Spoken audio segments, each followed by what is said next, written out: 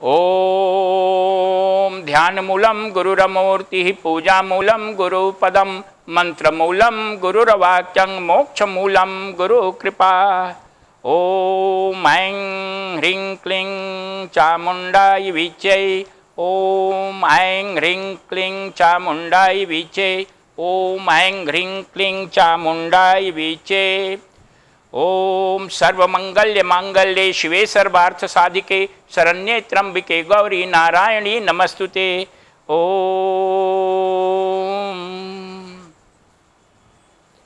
इन दिनों हम लोग महालक्ष्मी देवी की कथा का वर्णन कर रहे हैं और पिछले दिनों हम लोगों ने माँ दुर्गा की कथा का वर्णन किया था, जिसमें मधु और कैटभ का नाश हुआ था। मधु और कैटभ व्यक्तित्व के राग और द्वेष का प्रतिनिधित्व करते हैं। अब दूसरी जो देवी हैं महालक्ष्मी देवी, ये महिषासुर को वध करने वाली देवी हैं। अभी हम लोगों ने देवी की स्तुति की, सर्वमंगल्य मांगल्ये शिवे सर्वार्थ साधिके शरण्ये त्र्यंबिके गौरी नारायणी नमस्तुते। इस देवी की स्तुति में परमात्मा की स्तुति हुई है। सर्वमंगल्य मांगल्ये, सभी मंगल को पूर्ण करने वाली हैं। सभी मंगल क्या है? मंगल जो है व्यक्ति के अपने अपने स्टेज पर निर्भर करता है। जो व्यक्ति जितना जिस स्तर का विकसित हुआ है, उसके लिए मंगल जो है उसका डिफिनीशन अलग है। किसी के लिए मीट भात खा लेने को मिल जाए, शराब पीने को मिल जाए, बहुत भारी मंगल है। किसी को सत्संग मिल जाए, उसके लिए बड़ा अच्छा मंगल है। आप किस स्तर में है उसके अनुसार मंगल का निर्धारण लोग करते हैं। सर्वमंगल्य मांगल्य, सभी मंगलों में सर्वश्रेष्ठ मंगल देवी करती हैं। वो कौन सा मंगल है?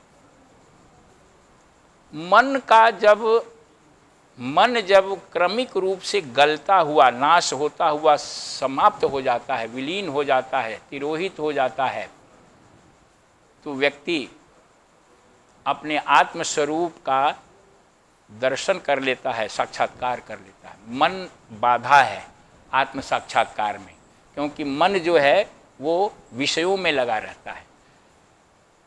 तो सबसे बड़ा मंगल है मन की समाप्ति और अपने आत्मिक स्वरूप का बोध। ये जो देवी हैं शिवा हैं, यानी शिव की प्रिया हैं। शिव का अर्थ होता है वो भी मंगल, कल्याणकारी। सबसे बड़ा कल्याण क्या है? ये उस कल्याण को देने वाली हैं। सबसे बड़ा व्यक्ति का कल्याण ये है कि उसका आवागमन का चक्र अगर समाप्त हो जाए तो इससे बड़ा कल्याण कुछ नहीं है। आवागमन का चक्र समाप्त होने के लिए आत्मज्ञान होने की ज़रूरत है। ये देवी वो मंगल को, उस कल्याण को प्रदान करने वाली है। नारायणी, नारायण की प्रिया नारायणी। नारायण यानी परब्रह्म परमात्मन, जो समस्त सृष्टि का स्रोत है, पालन करता है और लय करता है, वह परमात्मा नारायण के नाम से जाना जाता है। उसकी जो गत्यात्मक शक्ति है वो नारायणी है। जिस शक्ति से सृष्टि की रचना होती है, जिस शक्ति से सृष्टि का पालन होता है, जिस शक्ति से सृष्टि का लय होता है, वो शक्ति नारायणी है। वो परमात्मा से अभिन्न है, उसे अलग नहीं है। और गौरी, जो संपूर्ण गौर है, सफ़ेद है, वो सफ़ेद रंग जो है ईश्वरीय कृपा की प्रतिमूर्ति का परिचायक है। इम्बॉडीमेंट ऑफ डिवाइन ग्रेस, वही गौरी है। और ये जो गौरी हैं वो सारी कृपा को देने वाली हैं। और सबसे बड़ी कृपा क्या है कि जीवन का पुरुषार्थ, फोर फोल्ड एफर्ट्स, जीवन का जो पुरुषार्थ है, क्या पुरुषार्थ है? जीवन के 4 पुरुषार्थ हैं, धर्म, अर्थ, काम और मोक्ष। धर्म के आधार पर अर्थ उपार्जित करना और उस उपार्जित अर्थ से अपनी इच्छाओं की पूर्ति करना, और ये तीनों धर्म, अर्थ और काम से मोक्ष की प्राप्ति करना, यही जीवन का सबसे बड़ा पुरुषार्थ है। ये जो पुरुषार्थ है, ये पुरुषार्थ को सफल करने वाली देवी हैं। यदि हम मोक्ष प्राप्त करने की दिशा में बढ़ रहे हैं तो हम जीवन का सही पुरुषार्थ कर रहे हैं, और इसके विपरीत हम जा रहे हैं तो हम सही पुरुषार्थ, यानी हमारा जो भी प्रयास है, चाहे किसी भी अटेनमेंट के लिए, उपलब्धि के लिए क्यों न हो रहा हो, वो गलत दिशा में जा रहे हैं। धन कमाएं मोक्ष के लिए, धर्म कमाएं मोक्ष के लिए, काम कमाएं यानी इच्छाओं की पूर्ति करें मोक्ष के लिए।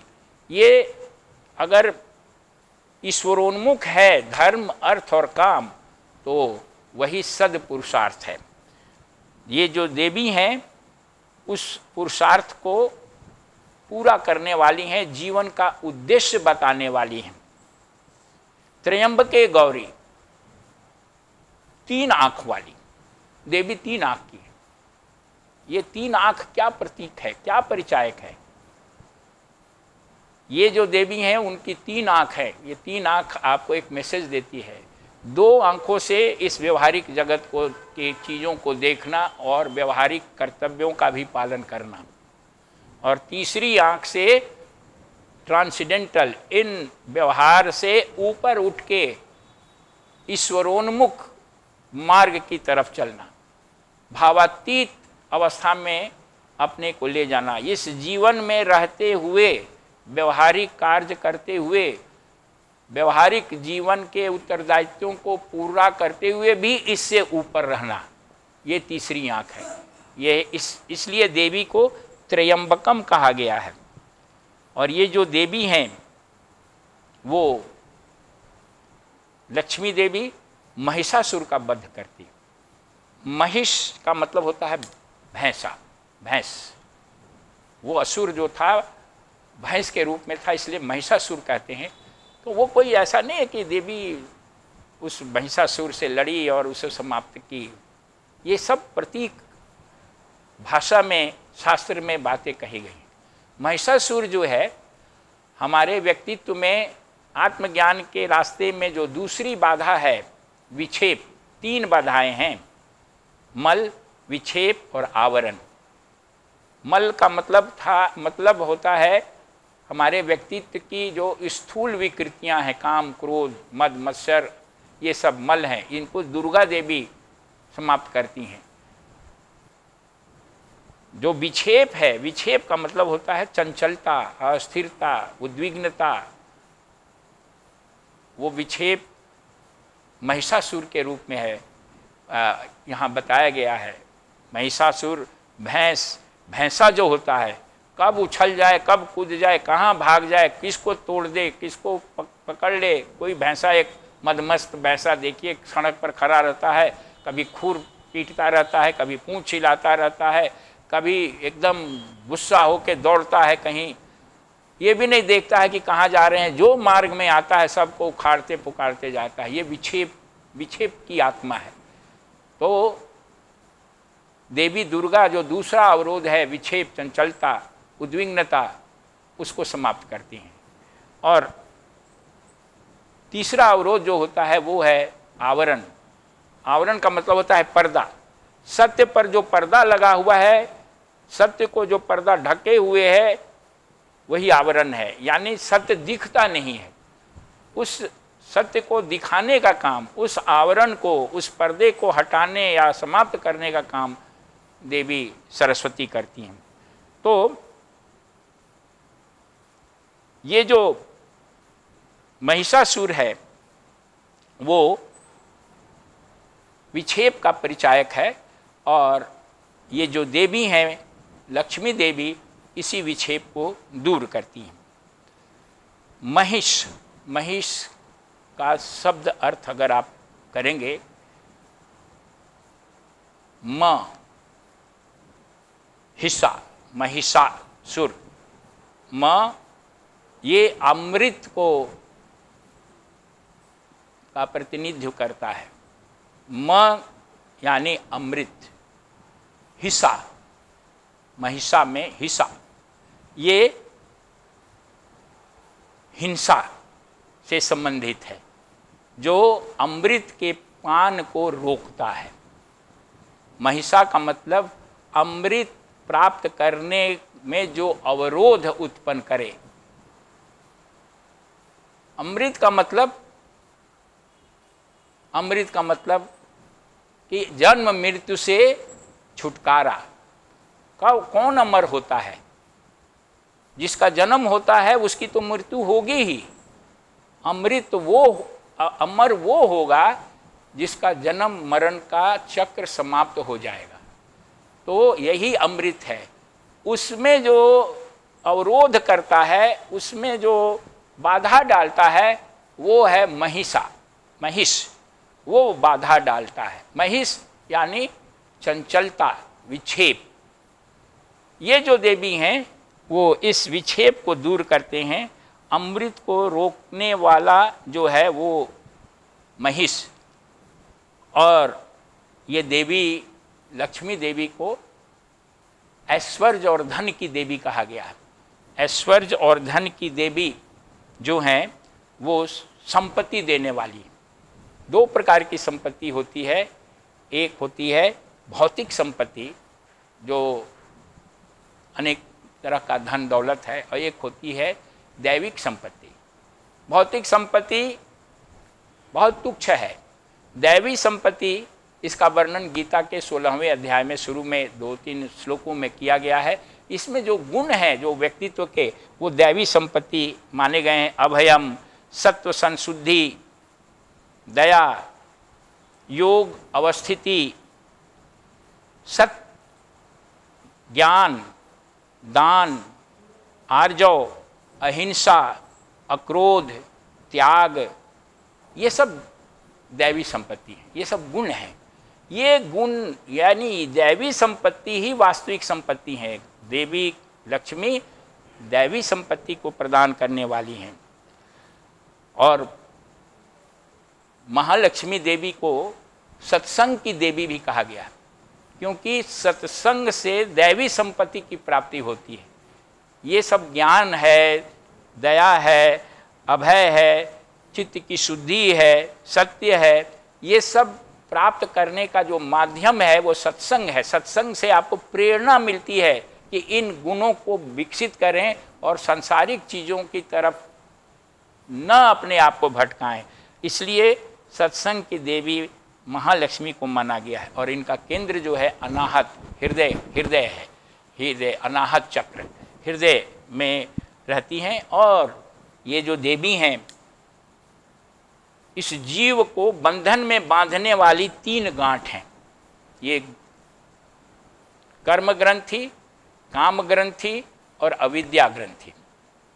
3 गांठों से ये जीव इस आवागमन के चक्र में चलता रहता है और इस माया में बंधा रहता है।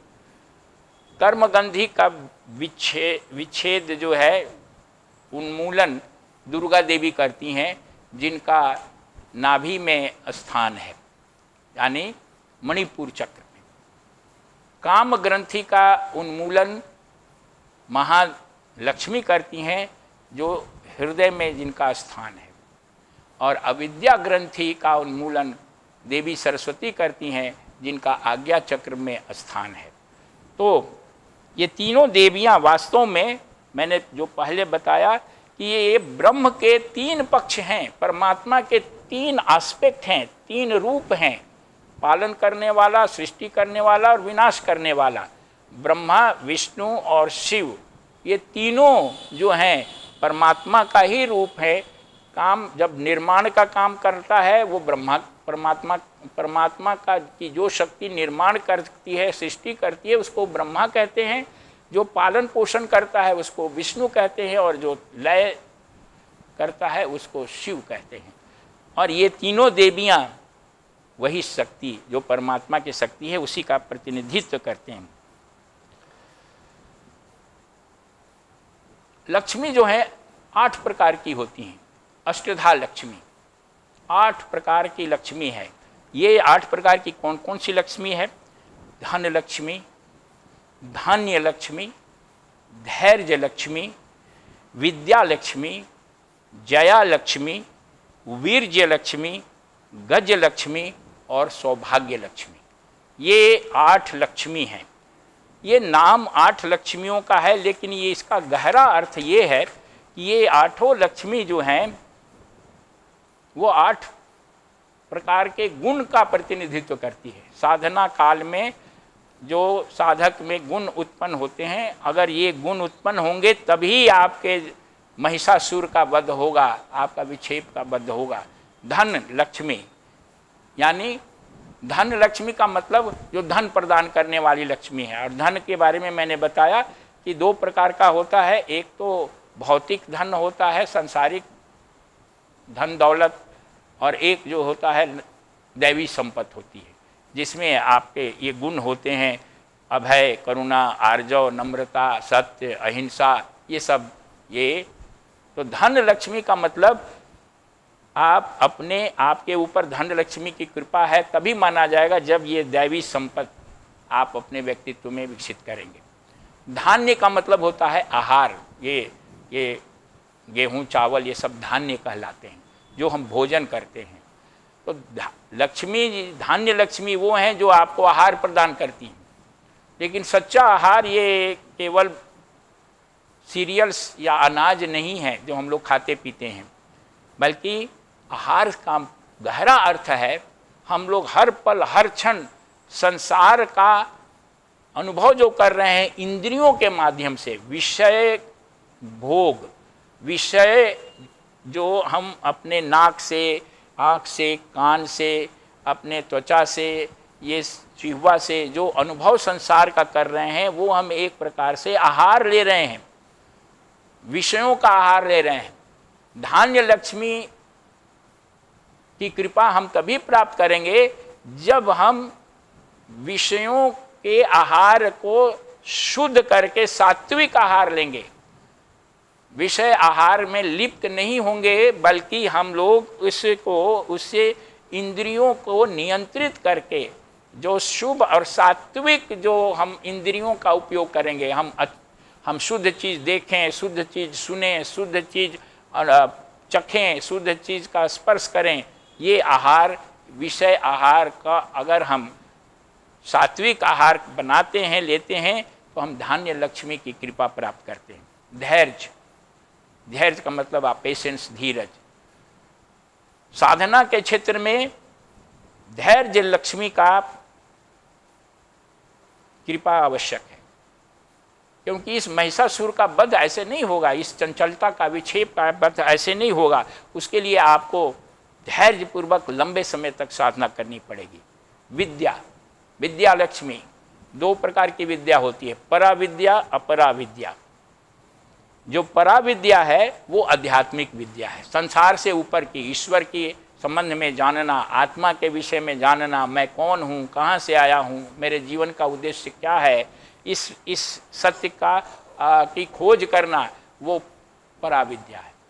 अपराविद्या सांसारिक विद्या, सीमित विद्या, जो पेट भरने वाली विद्या है। कोई हम बिजनेस करते हैं, डॉक्टरी पढ़ते हैं, वकील बनते हैं, इंजीनियर बनते हैं, नौकरी करते हैं, संसार का जो ज्ञान प्राप्त करते हैं वो सांसारिक संपत्ति प्राप्त करने के लिए, ये निम्न विद्या है। वास्तविक विद्या पराविद्या है, आत्मिक विद्या है, जिसके जानने से सब कुछ ज्ञात हो जाता है। जया, जया का मतलब होता है जय लक्ष्मी, जया लक्ष्मी यानी विजय लक्ष्मी। विजय, विजय सत्य को जानने का विजय, सत्य को जो सही रूप में जान लेता है वही विजयी है, यानी जिसे आत्मज्ञान होता है। आत्मा का ज्ञान ही परम सत्य है, और उसको जो जान लेता है वही उसी को सबसे बड़ा विजेता कहते हैं। वीर्य लक्ष्मी यानी ब्रह्मचर्य से प्राप्त शक्ति। ब्रह्मचर्य से प्राप्त, ब्रह्मचर्य का एक अर्थ तो आप जानते ही हैं कि अपने सेक्स इंद्रियों का नियंत्रण करना एक ब्रह्मचर्य है, लेकिन इसके साथ इसका गहरा अर्थ भी है। ब्रह्म में विचरण करना यानी ब्रह्माकार वृत्ति रखने के कारण जो एनर्जी, जो शक्ति, जिसको दिव्य शक्ति कहते हैं, जिसको आध्यात्मिक शक्ति कहते हैं, वो ब्रह्माकार वृत्ति करने से, ब्रह्म में विचरण करने से एक विशेष प्रकार की शक्ति व्यक्तित्व में उत्पन्न होती है, उसको वीर्य कहते हैं। और ईश्वरोन्मुख विचार करने से ये शक्ति बढ़ती है, तो ऐसे ब्रह्मचर्य से प्राप्त शक्ति को वीर्य कहा जाता है या वीर्य लक्ष्मी कहते हैं। गज, गज लक्ष्मी, ग का मतलब होता है गति, गति में सद्गति, और ज का अर्थ होता है जन्म मृत्यु के चक्र को समाप्त करने वाला। जकारो जन्म विच्छिन्न, जन्म मृत्यु के चक्र को जो समाप्त करे वो ज है। और ग और ज मिलके गज लक्ष्मी होती है। या गज लक्ष्मी का दो अर्थ है। एक गज मतलब होता है हाथी। प्राचीन काल में जो बहुत धनवान लोग होते थे वो हाथी का पालन करते थे, उनके पास बहुत सारे हाथी घोड़े होते थे, माना जाता था कि बड़े धनी व्यक्ति हैं। लेकिन वास्तव में ये सांसारिक संपत्ति है।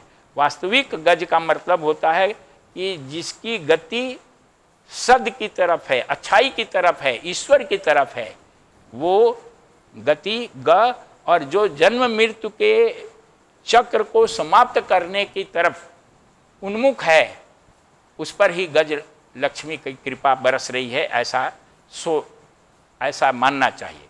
और अंतिम आठवीं लक्ष्मी है वो सौभाग्य लक्ष्मी है। सौभाग्य लक्ष्मी यानी हर प्रकार की सौभाग्य का प्रदान करने वाली। और मनुष्य का सबसे बड़ा सौभाग्य क्या है? सबसे बड़ा सौभाग्य है कि वो आत्मज्ञान प्राप्त कर ले, ईश्वर साक्षात्कार कर ले। तो उस ईश्वर साक्षात्कार को भी प्रदान करने वाली ये लक्ष्मी देवी हैं।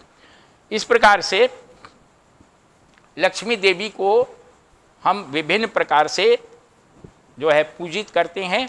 और इस कथा को हम यहाँ से लक्ष्मी की कथा को यहाँ से जारी करते हैं कि आपको पता है पिछले दिन हमने बताया था कि महिषासुर के आतंक से सभी देवता बड़े दुखी हुए और वो महिषासुर साम्राज्य देवताओं का ले लिया। देवता लोग ब्रह्मा जी और शिव जी के पास पहुँचे। ब्रह्मा जी शिव जी के संपर्क में पहुँचते ही वहाँ एक सबके शरीर से प्रकाश निकला, एक देवी बन गई और सारे देवताओं ने अपने अपने अस्त्र शस्त्र देवी को दिए और उस देवी ने बहुत अट्टहास किया और उस अट्टहास से तीनों लोक जो है प्रकंपित हो गया। उस लोक के बारे में मैंने बताया था कि कैसे वो आपका प्लेन ऑफ जो है वो बौद्धिक तल है, भावनात्मक तल है और आपका व्यवहारिक तल है। ये तीनों तल भू भुवा स्वः, ये तीनों वो देवी यानी सत्संग से जो शक्ति उत्पन्न होती है और वो शक्ति के का प्रसार प्रभाव व्यक्तित्व के तीनों तल पर पड़ता है। उससे आगे की बात यह है कि देवी ने अट्टहास किया और उनके सेनापतियों का नाम भी मैंने आपको बताया था कि कैसे कैसे कई सेनापति थे। ये वास्तव में है उदग्र है, कराल है, चिच्छूर है। ये सब वास्तव में जो वासना है वो वासना के प्रमुख रूप हैं और इसका वर्णन पिछले बार किया था। तो देवी ने अट्टहास किया और उनमें बहुत जोरों से सांस प्रश्वास चलने लगा। देवी के जितने श्वास बाहर निकलते थे उतने ही ज़्यादा शिव के गण पैदा हो जाते थे और वो शिव के गण असंख्य संख्या में पैदा हुए और उन सारे गणों ने जो है वो राक्षसों पर धावा बोल दिया और राक्षस और गण के साथ और इधर महिषासुर और देवी के साथ भीषण संग्राम होने लगा। ये संग्राम वास्तव में वासनाओं का, कुवासनाओं का शुभ वासना के साथ के संग्राम का परिचायक है। देवी के सांस से शिव के गण की उत्पत्ति।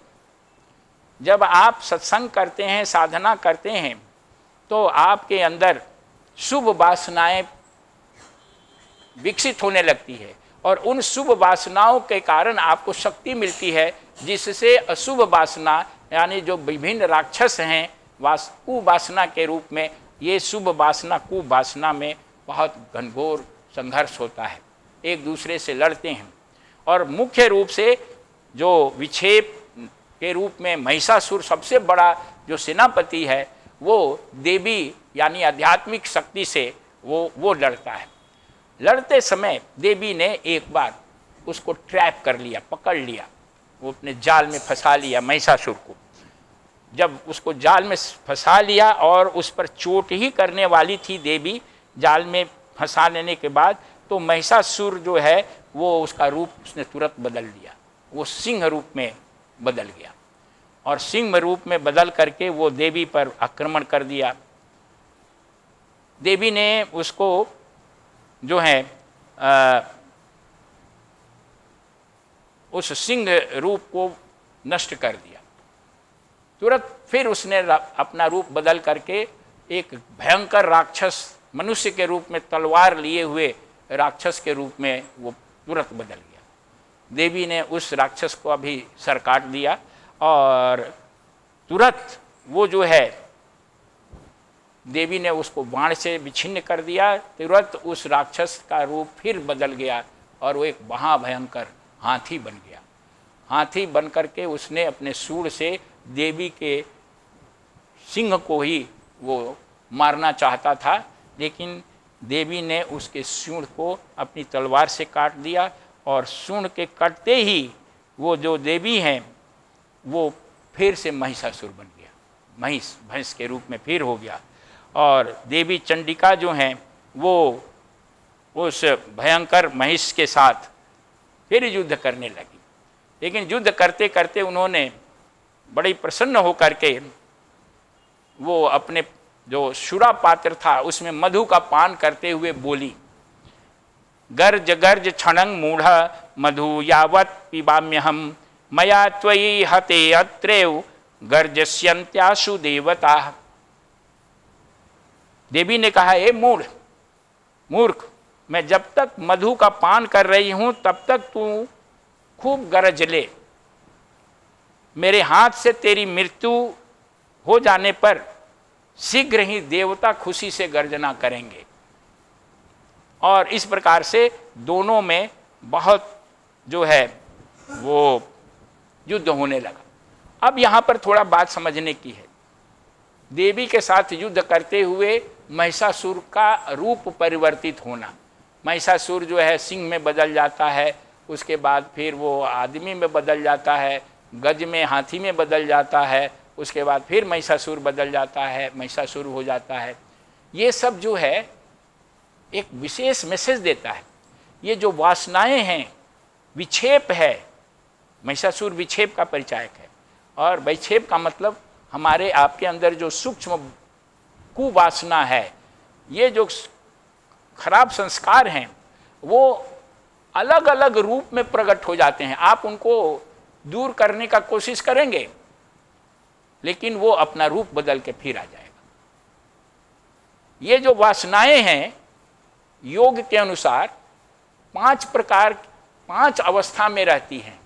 ये देवी के प्रहार से महिषासुर के जो रूप का बदलना है, वो वासनाओं के अलग अलग अवस्था का प्रतीक है।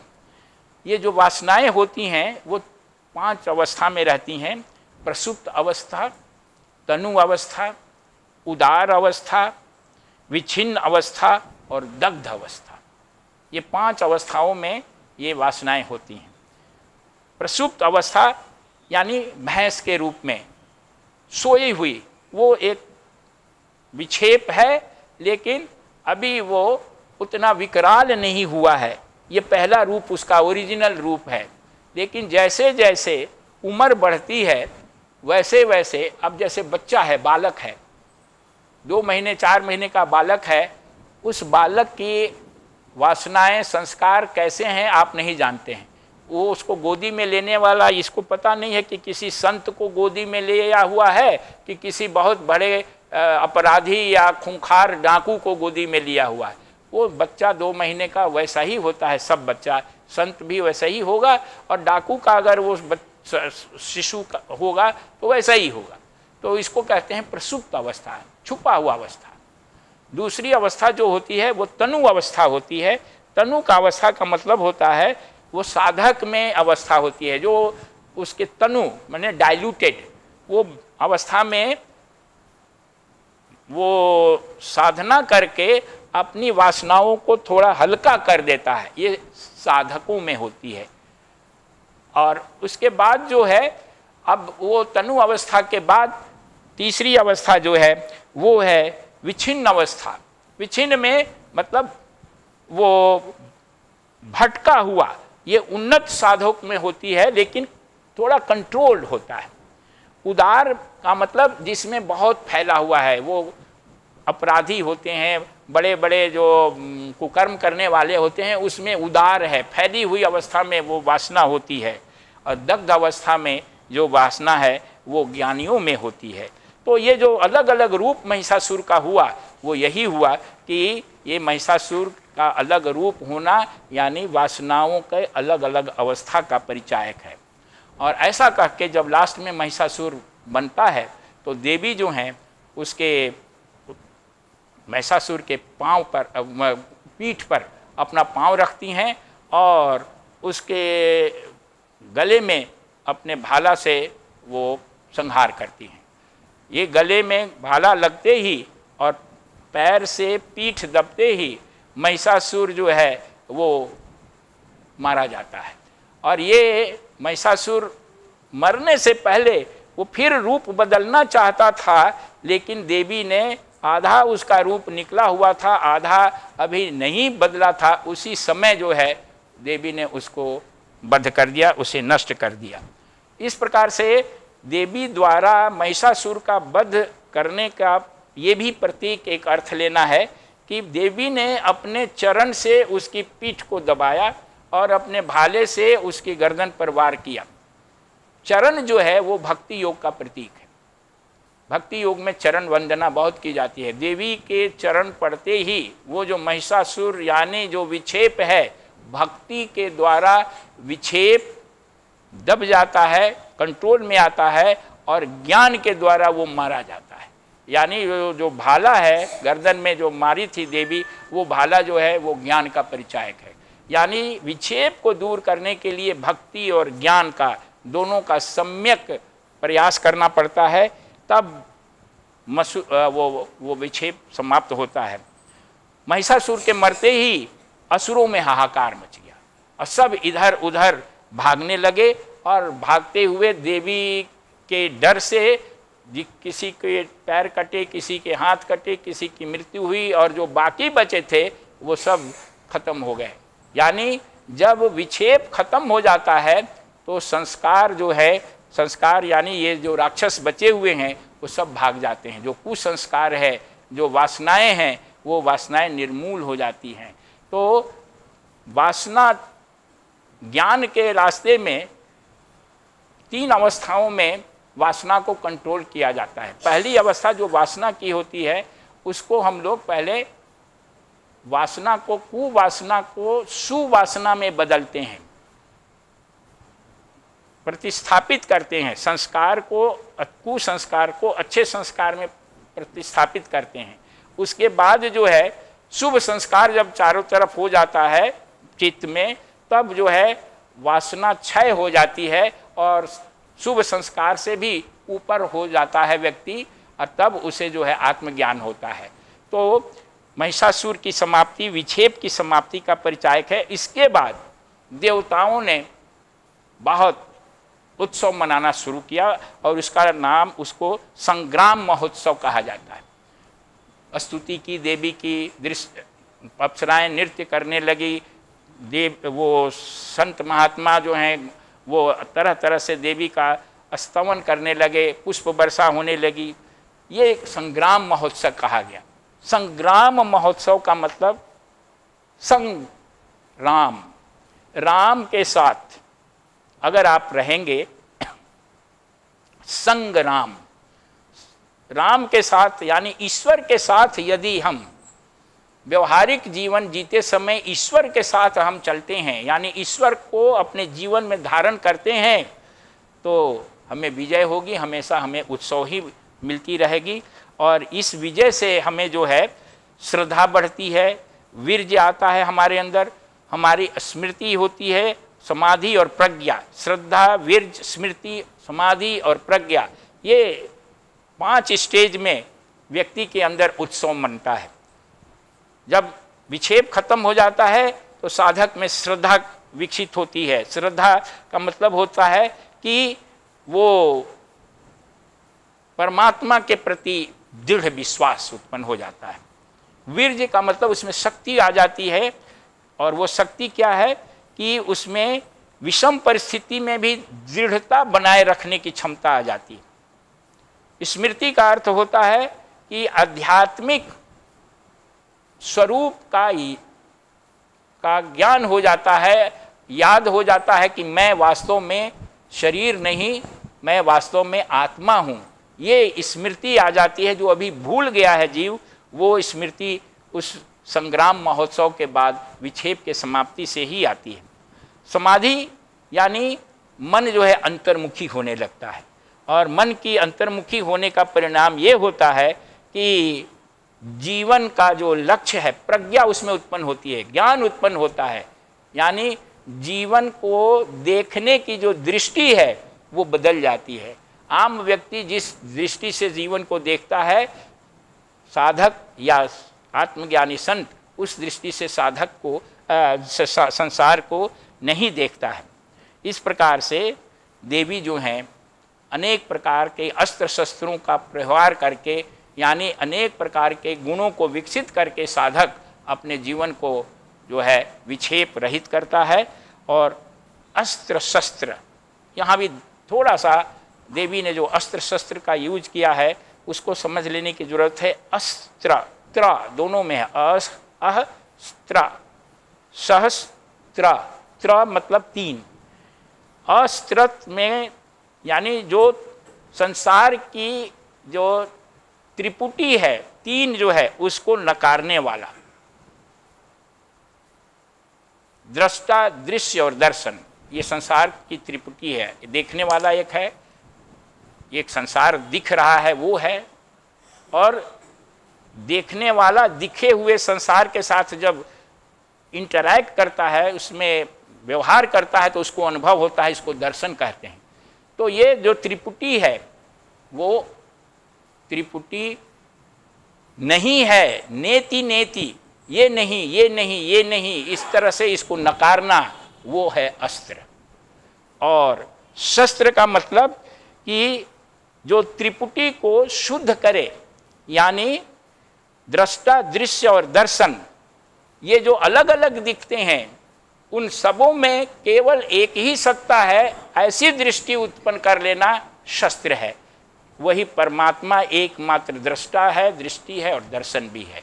तो इस प्रकार से व्यक्ति की जो ऊंचाई है वो दूसरे अवरोध यानी विक्षेप के समाप्त होने के बाद वो व्यक्ति ऊंची अवस्था में चला जाता है। आज यहीं पर हम लोग इस कथा को विराम देते हैं। अभी इसके बाद थोड़ा सा हम लोग अर्चना करेंगे और उसके बाद आरती करके और फिर आशीर्वाद और शांति पाठ होगा। लक्ष्मी नाम की नामावली हम लोगों ने कल किया था, आज करने की आवश्यकता नहीं है। 1 मिनट के लिए लक्ष्मी ध्यान करेंगे, उसके बाद ये आरती जला दीजिए यहाँ पर। तो अपने अपने स्थान पर आप बैठ जाएं, मानसिक रूप से देवी लक्ष्मी का ध्यान करें, जो कमल के सिंहासन पर बैठी हैं, लाल वस्त्र है और उनके हाथों में अनेक प्रकार के अस्त्र शस्त्र हैं, और महालक्ष्मी को ध्यान में रखते हुए उनसे दैवी संपत्ति की कामना करते हुए उनका ध्यान करें। ओम महालक्ष्म्यै नमः। ओम श्री महालक्ष्म्यै नमः। ओम श्री महालक्ष्म्यै नमः।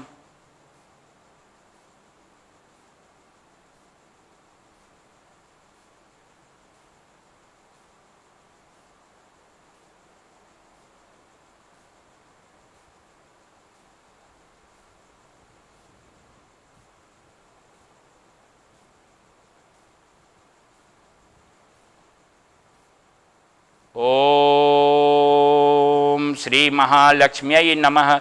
ओम श्री महालक्ष्म्यै नमः। ओम श्री महालक्ष्म्यै नमः।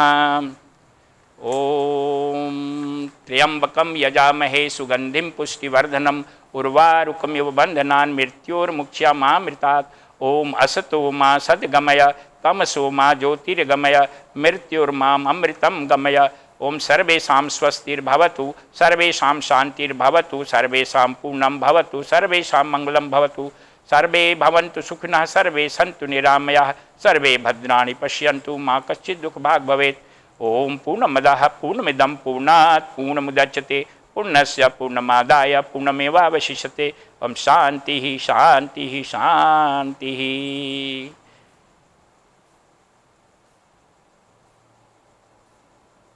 माता लक्ष्मी की अनंत कृपा आप सबों को प्राप्त हो।